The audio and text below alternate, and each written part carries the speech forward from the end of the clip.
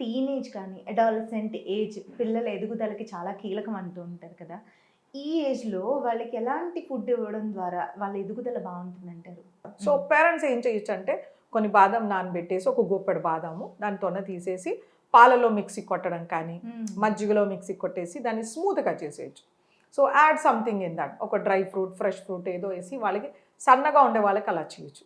ఒబీస్గా ఉన్నారు అంటే వాటిని ఫైన్గా పౌడర్ లాగా చేసేసి చపాతీ పిండిలో వేయడము, లేదో వాటితో చట్నీ చేయడము అలా చేసుకోవచ్చు. ఎందుకు మనం ఒబేస్ ఉన్న వాళ్ళకి ఎలా అయినా వెళ్ళాలి కదా బాడీలోకి. సో ఒబీస్గా ఉన్న వాళ్ళకి క్యాలరీస్ కొంచెం తక్కువగా ఇస్తే వాళ్ళకున్న శరీరంలో కొవ్వు కరుగుతుంది. సో వాళ్ళు సన్నగా అవుతారు. ఇలాంటి లిక్విడ్స్ ఏంటంటే శరీరంలోకి త్వరగా అబ్జార్బ్ అయిపోతాయి. సో వాళ్ళకి ఇంకా పాజిటివ్ క్యాలరీస్ అవుతాయి. అందుకని పౌడర్ రూపంలో వేసి చపాతీలో వేయడం కానీ, కూరల్లోకి కానీ, వాటిని చట్నీలు చేయడం కానీ, దోస ఇడ్లీలోకి అలా చేస్తారు.